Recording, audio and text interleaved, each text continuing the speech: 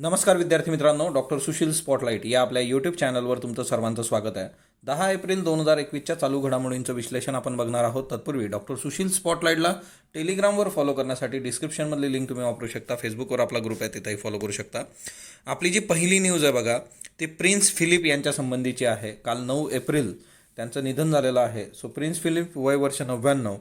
आता राणी एलिझाबेथ यांचे पती होते बघा, राजपुत्र फिलिप, आणि बकिंगहॅम पॅलेस जे आहे त्यांनी त्यांच्या निधनाची बातमी दिलेली आहे. यासंबंधी त्यांचं जे निवेदन होतं ते म्हणजे की राणी एलिझाबेथ अतिशय दुःखद अंतःकरणाने आपल्या जिवलग पतीचे विंडसर कॅसल येथे निधन झाल्याचे जाहीर करीत आहेत. सो हे निवेदन होतं. राजघराण्याच्या काही प्रथा परंपरा आहेत, त्याच्यानुसार या सगळ्या गोष्टी चालतात. ड्यूक ऑफ एडिनबरा अशी पदवी त्यांना दिली गेली होती बघा, प्रिन्स फिलिप है ना. ग्रीक राजघराण्यात त्यांचा जन्म झाला होता आणि आयुष्याची अखेर जी आहे ती ब्रिटिश राजघराण्यात झालेली आहे. राजपुत्र फिलिप हे जे आहे ते राजघराण्याची सर्वाधिक काळ सेवा करणारे ठरले. म्हणजे जवळपास 7 दशकांहून अधिक काळ आपल्या पत्नीला पाठिंबा देण्यात त्यांनी व्यतीत केला, जवळ 70 वर्षापेक्षा जास्त. आणि बेसिकली एवढा मोठा पर्टिक्युलर कार्यकाळ जो आहे तो फार क्वचित कुणाला मिळतो. त्यांचे ज्येष्ठ पुत्र जे आहे प्रिन्स चार्ल्स यांच्यासह आपल्या 4 मुलांचं संगोपन करण्यात त्यांनी महत्त्वपूर्ण भूमिका निभावलेली आहे.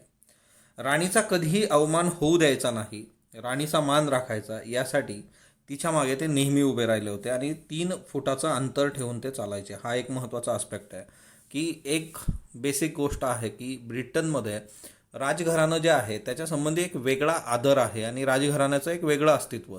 आणि त्यातल्या त्यात मग राणी जी आहे तर राणीच्या बाबतीमध्ये तिचा जो काही रिस्पेक्ट आहे, तिचा जो मान आहे तो राखणं अपेक्षित आहे. आणि त्याच्यामुळे 3 फुटाचं अंतर ठेवून चालणं हे तिथं महत्त्वाचं आहे बघा. ओके. आणि हा कटाक्ष जो होता तो त्यांनी आयुष्यभर पाडलेला आहे. म्हणजे पत्नी म्हणून सपोर्ट करणं हा एक वेगळा मुद्दा आणि राणी म्हणून ते जे काही इथिकेट्स पाळायचे आहेत तो दुसरा मुद्दा. त्यांनी शेकडो धर्मादाय संस्था पण स्थापन केल्या. आव्हानात्मक अशा मैदानी साहसी खेळांमध्ये विद्यार्थ्यांनी भाग घ्यावा याच्यासाठी अनेक उपक्रमसुद्धा त्यांनी राबवले.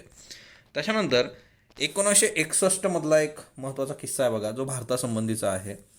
प्रिन्स फिलिप जे होते ते भारताच्या दौऱ्यावर होते 1961मध्ये आणि जयपूरच्या महाराजांबरोबर त्यांनी एक छायाचित्र काढून घेतलं. या छायाचित्रामध्ये त्यांनी शिकारीत मारलेला एक 8 फुटाचा वाघ होता. ओके. म्हणजे फिलिप यांनी शिकार केली होती वाघाची आणि त्याच्याबरोबर त्यांनी फोटो काढला. 1961मध्येच म्हणजे त्याच वर्षी ब्रिटनमधल्या वर्ल्ड वाईल्ड लाईफ फंडचे ते अध्यक्ष झालेले होते. आता बघा, म्हणजे ज्याला काय हिपोक्रसी म्हणता येईल अशा पद्धतीने ते हे झाले की एकीकडं तुम्ही वाईल्ड लाईफ फंडचे अध्यक्ष आहात, वर्ल्ड वाईल्ड लाईफ फंड है ना, म्हणजे एन्व्हायरमेंट कन्झर्वेशन आणि त्या सगळ्या गोष्टी, वन्यजीवाचं संरक्षण, आणि तुम्हीच शिकार करताय. आणि त्याच्यामुळे काय झालं होतं की जागतिक स्तरावर त्यांना टीकेला सामोरं जावं लागलं होतं. सो 1961चा हा एक किस्सा आहे भारताशी संबंधित. त्यांचा जर अल्प परिचय तुम्ही बघायचा झाला तर 10 जून 1921 ग्रीक आणि डेन्मार्कच्या राजघराण्यात त्यांचा जन्म झाला होता. 1939 दुसरं महायुद्ध चालू असताना ब्रिटिश नेव्हीमध्ये ते दाखल झाले होते बघा. 42मध्ये फर्स्ट लेफ्टनंट म्हणून त्यांची नियुक्ती झाली होती. 47मध्ये त्यांनी ब्रिटिश नागरिकत्व स्वीकारलं होतं. 20 नोव्हेंबर 1947 युवराज्ञी एलिझाबेथ यांच्याशी त्यांचा विवाह झाला होता. सो जवळपास है ना, भारताला स्वातंत्र्य भेटल्यानंतर 1947मध्ये विवाह. 1951 नौदलातल्या सेवेतून ते निवृत्त आले. 17मध्ये त्यांनी सार्वजनिक जीवनातूनच निवृत्ती घेतली. 2019मध्ये त्यांचा एक अपघात झाला होता. त्याच्यानंतर त्यांनी वाहन चालवणं सोडलं आणि मग आरोग्याच्या अनेक तक्रारी त्यांच्या सुरू झाल्या होत्या आणि 9 एप्रिल 2021 त्यांचं निधन झालं. प्रिन्स फिलिप प्रश्न येऊ शकतो. त्याच्यानंतर पुस्तकं, आज शनिवार आहे बघा, आणि फर्स्ट पर्सन सिंग्युलर असं हारुकी मुराकामी यांचं पुस्तक आहे, फर्स्ट पर्सन सिंग्युलर. गेली 50 वर्ष मातृभाषेतून कथा कादंबऱ्या लिहिणाऱ्या जपानी लेखक हारुकी मुराकामी यांचा हा नवा कथासंग्रह आहे. आणि द स्टंट, स्टीफन किंग हे भयकथा लेखक आहेत बघा, आणि त्यांना जी भीती अपेक्षित आहे ती अज्ञानाची नाही आहे, ती ज्ञानाची भीती आहे. आणि त्याच्यामुळे द स्टंट, स्टीफन किंग यांचं पुस्तक तेही एक आलेलं आहे, तर ते लक्षात ठेवा. मराठीमध्ये बघा की रत्नाकर मतकरी आहेत की भयकथा किंवा एकंदरीतच आपल्याला त्या भयाच्या विश्वाची सफर ते खूप चांगल्या पद्धतीने घडवतात. त्यांचंही निधन झालेलं आहे.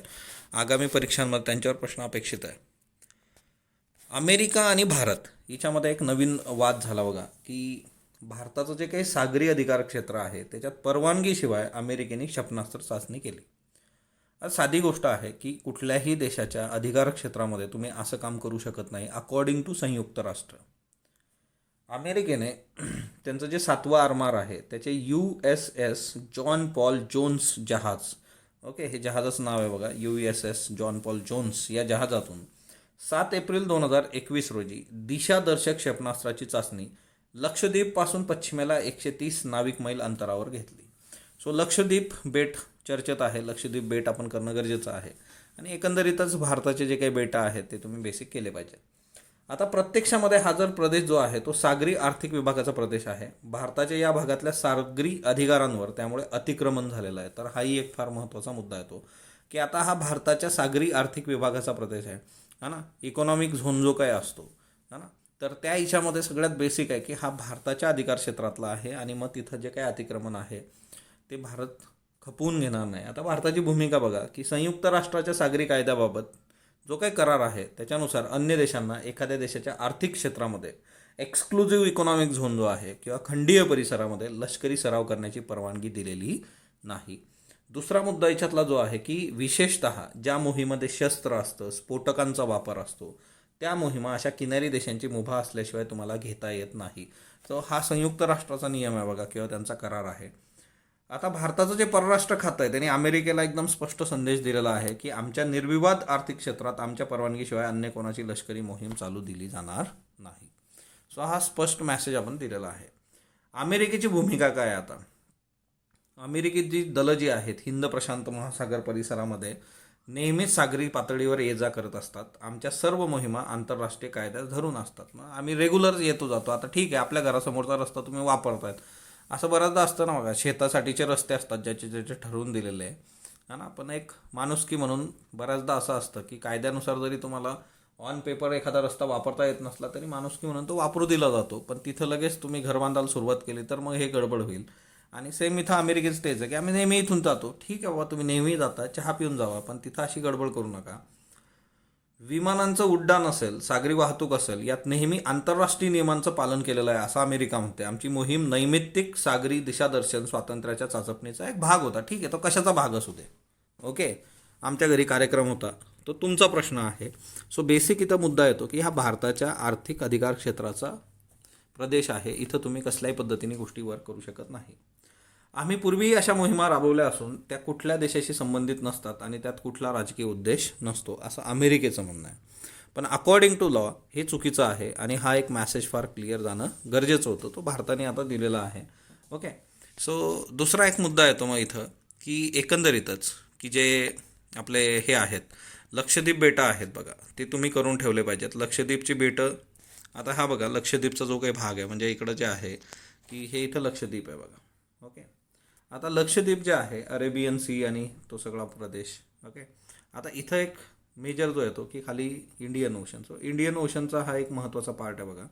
सो लक्षद्वीप बेटांच्या बाबतीमध्ये दुसरी महत्त्वाची गोष्ट जी आहे, इकडं हे बे ऑफ बेंगॉल आहे आणि इकडं अंदमान निकोबारची बेटं इथं आहेत. ओके, सो हा एक महत्त्वाचा मुद्दा आहे.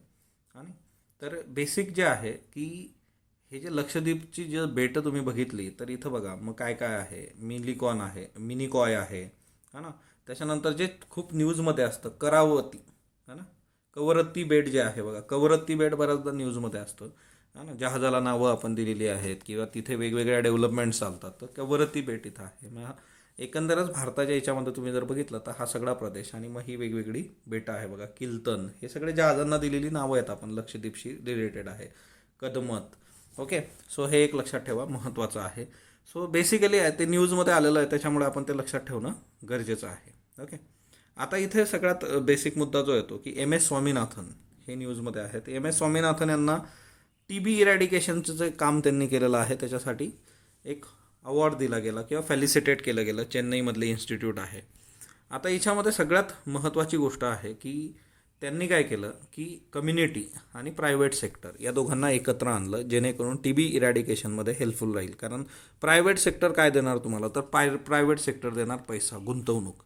ओके, आता याच्यामध्ये MS स्वामीनाथन हा जो प्रकार आहे की एकंदर त्यांचं जे काम आहे ते तुम्हाला बाकीचं सगळं माहीत आहे. मग याच्यात त्यांनी काय सांगितलेलं आहे, बीच्या बाबतीमध्ये 3 स्टेप्स सांगितल्या. सगळ्यात पहिली होती की आयडेंटिफाय द प्रॉब्लेम. नेमका प्रॉब्लेम काय तो आयडेंटिफाय करा. Understand the nature of issue. काय नेमकं त्याचं नेचर आहे, म्हणजे सगळ्यात पहिले तुम्हाला प्रॉब्लेम कळला पाहिजे. तो प्रॉब्लेम काय, त्याचं जे काही विवेचन आहे ते कशा पद्धतीने ते कळलं पाहिजे. आणि तिसरं आहे organize people to work toward the common goal of B elimination. सगळ्यात पहिले प्रॉब्लेम समजून घ्या, प्रॉब्लेमचं स्वरूप समजून घ्या आणि लोकांना काय करा, एकत्र करा आणि ते सर्व काम करतील बी इलिमिनेशनसाठी. बी इलिमिनेशनचं भारताचं जे काही टार्गेट आहे ते 2025 आहे. तेच जगाच्या स्तरावर जर तुम्ही बघितलं तर ते 2030 आहे. ओके, WHO बाबतीमध्ये. तर ती एक बाब लक्षात ठेवा. ओके, भारताचं बीच्या बाबतीतलं जे काही टार्गेट आहे ते अलीकडचं आहे. त्याच्यानंतर people are free to choose religion. आता बघा, एक याचिका गेली होती सुप्रीम कोर्टामध्ये आणि तिच्यात म्हणण्यात आलं होतं की फोर्सफुली लोकांना धर्मांतरण करायला भाग पाडलं जातं वगैरे वगैरे. पण याच्यामध्ये सर्वोच्च न्यायालयाने स्पष्टपणे सांगितलेलं आहे, जर एखादी व्यक्ती 18 वर्षाच्या वरची असली, याचा अर्थ काय होतो, मेजर आहे ती व्यक्ती, है ना, कायद्याने बालिक ज्याला काय म्हटलं जातं, सज्ञान आहे, अशी व्यक्ती स्वतःसाठी रिलिजन चूज करू शकते. बेस काय आहे तर आपलं संविधान सांगतं तेच आर्टिकल 25 सांगितलेलं आहे बघा, भारताच्या संविधानातलं आर्टिकल 25, की याच्यामध्ये काय दिलेलं आहे, to freely profess practice and propagate religion. म्हणजे काय, तुम्ही तुमचा आवडता जो काही कुठलाही तुम्हाला वाटतो त्या रिलिजन स्वीकारू शकता, त्याला प्रोपगेट करू शकता, त्याची प्रॅक्टिसेस करू शकतात, त्याच्यातल्या प्रथा परंपरांचं पालन करू शकता. सो कलम 15. आणि हा काय आहे, फंडामेंटल राईट आहे. फंडामेंटल राईट सुप्रीम कोर्टात हनन झालं तर आर्टिकल 32च्या अंडर तुम्ही जाऊ शकता, हायकोर्टामध्ये आर्टिकल 226च्या अंडर तुम्ही जाऊ शकता. सो बेसिकली हे काय आहे की याचं उद्या हनन झालं तर तुम्हाला त्याची किंमत मोजावी लागू शकते. हा एक फार महत्त्वाचा आस्पेक्ट आहे इथं. आणि दॅट्स वाय इथं एक महत्त्वाचं कोर्टाने सांगितलेलं आहे, 18 वर्षाची वरची व्यक्ती आहे ती स्वतःचं रिलिजन चूज करू शकते, त्याच्यासाठी तुम्ही त्यांना सांगण्याची गरज नाही आहे. सो याचिकाकर्त्याची याचिका जी ती डिसमिस केलेली सर्वोच्च न्यायालयाने. पण आता इथं मुद्दा जो येतो तो अगेन करंट बेस बेसिक नावाची जी गोष्ट आहे. ओके, तर ती करंट बेस बेसिकमध्ये 2 महत्त्वाच्या गोष्टी येतात की तुम्ही आता फंडामेंटल राईट्स आणि तिच्यातलं जे काही आहे ना रिलिजियस राईट्स, म्हणजे 2000 जवळपास आर्टिकल 25 ते आर्टिकल 28 हे नीट करणं अपेक्षित आहे. ओके, म्हणजे या न्यूजच्या याच्यामधून त्या गोष्टी आपल्या रिवाईज झाल्या पाहिजेत, त्या तुम्ही करून टाका. त्याच्यानंतर नेक्स्ट म्हणजे आहे की लष्कर प्रमुख बांगलादेशच्या दौऱ्यावर गेलेले आहेत आणि एकंदरच तो दौरा चालणार आहे. तर त्याच्या सगळा दौरा संपल्यानंतर मग ऑन पेपर आपण याला घेऊ. तोपर्यंत ह्या न्यूज बघा की एकतर त्यांनी करोना प्रतिबंधक लसींचे 1 लाख डोस भेट म्हणून दिलेले आहेत. आता हा एक दुसरा मुद्दा चालू आहे, आप असेल किंवा राहुल गांधी असतील तर त्यांचा कंटिन्युअस एक गोष्ट चालू आहे की लसचा एक्सपोर्ट जो आहे बाकीच्या देशांना तो थांबवा, ज्याला आपण व्हॅक्सिन मैत्री असं म्हटलेलं आहे. ओके, हे ऑलरेडी झालेलं आहे आपलं व्हॅक्सिन मैत्री. तर भारताने ते जे केलेलं आहे की इतर देशांना सुद्धा लस द्यायची, भारतातच लसीचा तुटवडा. आजच्या याला पेपरला बघा तुम्ही, पुण्यामध्ये बंद आहे कारण लसच नाही आहे, संपलेलं आहे, थांबवलेलं आहे लसीकरण. मग आता करोना प्रतिबंधक लसींचे 1 लाख डोस दिल्या. तुम्ही मला सांगा, ज्यावेळेस काही दिवसांपूर्वी आपले पंतप्रधान नरेंद्र मोदींनी भेट दिली होती तेव्हा त्यांनी किती डोस दिले होते तिथं, तर तो एक महत्त्वाचा मुद्दा आहे. त्याच्यानंतर जनरल नरवणे जे आहेत त्यांनी वंगबंदी स्मृती संग्रहालय जे आहे, बांगलादेशचे राष्ट्रपिता शेख मुजीबुर रहमान यांना तिथं त्यांच्या स्मृती संग्रहालयामध्ये जे आहे ती आदरांजली वाहिली, वंगबंधू स्मृती संग्रहालय. आता एकंदर 5 दिवसाचा दौरा आहे, 5 दिवसात अशा वेगवेगळ्या गोष्टी घडत राहतील. आता हे स्मृती संग्रहालय काय आहे, मुजीबुर रहमान जे आहेत त्यांचं निवासस्थान म्हणजेच त्यांचं स्मृती संग्रहालय. त्यांच्या कुटुंबियांची त्यांची 1975मध्ये इथंच हत्या करण्यात आली होती आणि त्यांच्या दोन्ही मुली ज्या आहेत शेख रेहाना आणि विद्यमान पंतप्रधान शेख हसीना त्या परदेशात होत्या त्यावेळेस आणि म्हणून त्या वाचल्या होत्या. हां, म्हणजे कधी कधी असतं, डेस्टिनी असते, है ना. सो त्या पद्धतीने. पण आता हे जे आहेत 5 दिवसाचे रेफरन्स आपण घेऊयात. आता आभासी नैतिकता, आता हे एक आर्टिकल आहे, या आर्टिकलमध्ये एकच गोष्ट आहे ती मी तुम्हाला त्याचा क्रक सांगतो काय आहे. सध्या काय एक गोष्ट लक्षात आली, चेस जो आहे, बुद्धिबळ जे आहे, त्या बुद्धिबळाच्या बाबतीत काय झालं की एकंदरच मागच्या वर्षापासून कोविड-19 आला. कोविड-19 आल्यामुळे सगळ्यात बेसिक गोष्ट एक झाली, ती म्हणजे काय की कोविड-19च्या काळामध्ये एक सगळ्यात मुद्दा जो होता की खेळ वगैरे सगळ्या गोष्टी बंद पडल्या. मग ऑनलाईन बुद्धिबळाच्या स्पर्धा सुरू झाल्या युरोपमध्ये, इकडं तिकडं. आता याच्यात काय व्हायला लागलं की बरेचसे जे खेळाडू होते की त्यांचा रँक खूप खाली आहे. ऑब्वियसली तुम्ही जसा परफॉर्मन्स देता तसा तुमचा रँक वर येत जातो. काही खेळाडू म्हणजे ज्यांचा जवळपास 600 नंबरचा रँक आहे, असा खेळाडू पण म्हणजे दिग्गज खेळाडूला पराभूत करायला लागला. आणि मग याच्यातून काही शंका उपस्थित झाल्या की इतकं कसं काय यांनी प्रगती केली बाबा. मग त्या केसमध्ये असं लक्षात आलं की ऑनलाईन खेळत असताना आर्टिफिशियल इंटेलिजन्सचा वापर करणं किंवा कृत्रिम बुद्धिमत्ता असेल म्हणजे इंटरनेटचा वापर करून मग चाली खेळायच्या आणि समोरच्याला पराभूत करायचं. शेवटी एक गोष्ट आहे की मानवी विचारक्षमता, मानवी मेंदू आणि त्यातल्या त्यात आर्टिफिशियल इंटेलिजन्स. मग तिथं कुठंतरी काय होतं की आर्टिफिशियल इंटेलिजन्सला एज मिळते आणि तिच्याने असं व्हायला लागलं. मग आता सगळ्यात महत्त्वाची गोष्ट की आभासी नैतिकता, है ना, की तुम्ही ह्या गोष्टी टाळल्या पाहिजेत आणि तो एक फार महत्त्वाचा मुद्दा आहे. मग ऑनलाईनमध्ये आता ही गोष्ट तुम्ही जर वेगवेगळ्या ठिकाणी अप्लाय करू शकता. तर ऑनलाईन एक्झामिनेशनमध्ये कॉपी करणं, ऑनलाईन इंटरव्ह्यूमध्ये पण विचारलेले प्रश्न असतील त्याला प्रॉम्प्टिंग बाकीच्यांनी करणं वगैरे वगैरे, अशा कितीने काय गोष्टी ज्या आहेत त्या घडतात. तर ते एक महत्त्वाचं आहे. ओके, सो असं घडता कामा नये. मग याच्यावर तुम्ही कसा चेक करणार. आता पेरियार यांचे एडिटर किंवा त्यांचे संपादक, पेरियार यांचं जे सगळं काही लिखाण शिकवण होती त्याला, है ना, एकंदरच लोकांसमोर घेऊन जाणारे जे होते, तर त्यांचं निधन झालेलं आहे. त्यांचं जे नाव आहे बघा की व्ही अनईमुथू. ओके, तुम्हाला व्ही अनईमुथूंवर प्रश्नाचे चान्सेस कमी आहेत, परंतु सेल्फ रिस्पेक्ट मुवमेंट असेल किंवा पेरियार व्ही रामास्वामी नायकर जे आहे, तर व्ही रामास्वामी पेरियार जे आहेत यांच्याबद्दल प्रश्न विचारला जाऊ शकतो. सो मॉडर्न हिस्ट्रीमधून आपण पेरियार व्ही रामास्वामी केलं पाहिजे. बघा, तुम्हाला दोन गोष्टी मी आजच्यासाठी सांगतोय. करंट बेसिकमध्ये दोन गोष्टी आहेत. ओके, एक तर तुम्ही फंडामेंटल राईट करणार आहात 25 ते 28 आणि दुसरं जे आहे ते म्हणजे पेरियार व्ही रामास्वामी. हे आपण पण करूयात, आपण पण सायमल्टेनियसली याचे लेक्चर्स घेत राहू जेणेकरून तुम्हाला हेल्प होईल. हिस्ट्रीतले जे काही रेफरन्सेस आहेत ते एक सेपरेट लेक्चर आपण घेऊया त्यांच्याबद्दल आणि त्यांचं जे काही कॉन्ट्रीब्युशन आहे. ओके, त्याच्यानंतर भारत आणि रशिया. ओके, तर आता रशियाचे फॉरेन मिनिस्टर भारताच्या दौऱ्यावर येत आहेत कारण येत्या काळामध्ये पुतिन यांची भारत भेट होऊ शकते आणि मग त्या पार्श्वभूमीवर देत आहेत. लास्ट इयर ते पोस्टपोन झालं होतं due to because of corona वगैरे. मग आता ह्या सर्व याच्यामध्ये रशिया आणि भारत यांच्यामधले जे काही संबंध आहेत, जसं युरेशियन इकॉनॉमिक युनियन आहे, त्याच्यानंतर जे काही दिवसांपूर्वीच आपण S-400 तर ऑलरेडी आपल्या याच्यात आपण 2-4 वेळा कव्हर केलेला आहे. एअर डिफेन्स प्रणाली आपण त्यांच्याकडून घेतो आहोत, तो एक महत्त्वाचा मुद्दा आहे. त्याच्यानंतर दुसरी महत्त्वाची गोष्ट जी आहे की, है ना, म्हणजे एकंदरच एशिया पॅसिफिक रिजन जो आहे तिच्यामध्ये रशियाने एकत्र येऊन काम करणं. तर ह्या सगळ्या बेसिक गोष्टी आहेत. त्याच्यानंतर international north south transport corridor याचं सेपरेट लेक्चर आपण घेतलं होतं बघा. याच्यामध्ये मेन जे देश आहेत तर रशिया आणि भारत आहे. ओके, सो अशा सगळ्या ज्या गोष्टी आहेत तर रशिया आणि भारताच्या बाबतीमध्ये त्या खूप प्रॉपरली वर्क होणं आजच्या डेटमध्ये गरजेचं आहे. त्याच्यानंतर अफगाणिस्तानमधला जो इश्यू आहे की भारताने डेमोक्रॅटिक अफगाणिस्तान लोकशाही पद्धतीने वर्क झालं पाहिजे, याच्यामध्ये अफगाणिस्तानच्या प्रश्नावर पण रशिया भारताची भूमिका महत्त्वाची आहे. त्याच्यातून काय तोडगा काढता येईल तर हे एक महत्त्वाचं आहे बघा. तर अशा काही बेसिक गोष्टींवर चर्चा करणं आणि त्याच्यातून, है ना, ते ज्या वेळेस भारत भेटीवरील सगळ्या चर्चा होतील तर मग आपण ते डिस्कशनला घेऊयात. तर तो काही विशेष मुद्दा नाही आहे.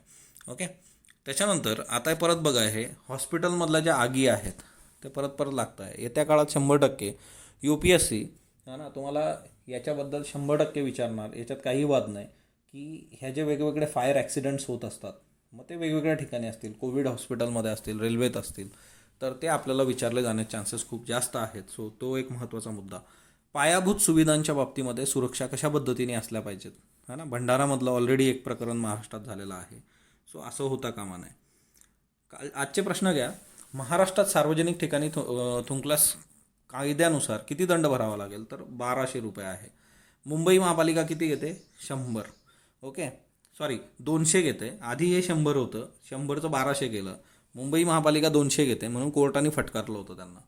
वॅक्सिन मैत्री काय आहे, तर दोन देशांनी जे काही वॅक्सिन मैत्री जे आहे की भारताद्वारे इतर देशांना वॅक्सिनचा पुरवठा. भारताच्या संसदेच्या प्रवेशद्वारावर खालीलपैकी कोणते शब्द कोरलेले आहे, वसुधैव कुटुंबकम कोरलेलं आहे बघा. 35व्या फोर्ज मासिकाच्या यादीनुसार बिनचूक विधान निवडा. आशियातील सर्वात श्रीमंत व्यक्ती म्हणजे मुकेश अंबानी होय, बरोबर. जगात सर्वाधिक अब्जाधीश जे आहेत ते अमेरिकेत आहेत आणि इलॉन मस्क जगातील सर्वाधिक श्रीमंत व्यक्ती आहेत, हे चुकीचं आहे. ओके, सो याचं जे उत्तर आहे ते फक्त अ आणि ब आहे. दत्ता इस्वलकर हे दत्ता सामंत यांच्यानंतरचे महत्त्वाचे गिरणी कामगार नेते होते, बरोबर. दत्ता इस्वलकरांनी 1989मध्ये 1982च्या संपात बंद पडलेल्या सर्व गिरण्या पुन्हा, सर्व नाही आहे, 10 गिरण्या सुरू झाल्या होत्या बघा. असे जे शब्द असतात ते थोडे तुम्ही बघून घेतले पाहिजेत. सो फक्त अयोग्य. आजचे प्रश्न घ्या. प्यू रिसर्च सेंटर अहवाल 2021नुसार बिनचूक वाक्य निवडा. 2020मध्ये जगभरात मध्यम वर्ग मोठ्या प्रमाणावर विस्तारला गेला आहे. 2008मधील आर्थिक संकटापेक्षा अधिक करोना संकटाने प्रभावित केले आहे. चीनमधील मध्यमवर्ग करोना संकटाने विशेष प्रभावित झालेला नाही. फक्त अ, ब, फक्त ब, क आणि अ, ब, क. 2011 पासून भारतात गरिबांच्या संख्येची गणना नाही. भारताची ओळख ही गरिबी निर्मूलनाचा सर्वाधिक दर असलेला देश अशी आहे. फक्त अ बिनचूक, ब बिनचूक, अ ब बिनचूक दोन्ही चूक. कोरोना विषाणूचा डबल म्युटंट स्ट्रेन खालीलपैकी कोणता? B.1.617, A.1.600, B.1.620, A.2.617. Gautam बुद्धांच्या परिनिर्वाणानंतर त्यांचे अंत्येष्टी अवशेष किती ठिकाणी विभागून जतन केले आहेत? 5, 7, 4, 8. स्तंभ, चैत्य, विहार, स्तूप हे 4 वास्तुप्रकार कोणत्या धर्माशी संबंधित आहेत? बुद्ध धर्म, जैन धर्म, हिंदू धर्म, पारशी धर्म. याची उत्तर तुम्ही कमेंट बॉक्समध्ये देणार आहात. स्पॉटलाईटला जो तुम्ही प्रतिसाद देता त्याबद्दल मी आपला आभारी आहे. स्पॉटलाईटला लाईक करा, शेअर करा, सबस्क्राईब करा. धन्यवाद विद्यार्थी मित्रांनो.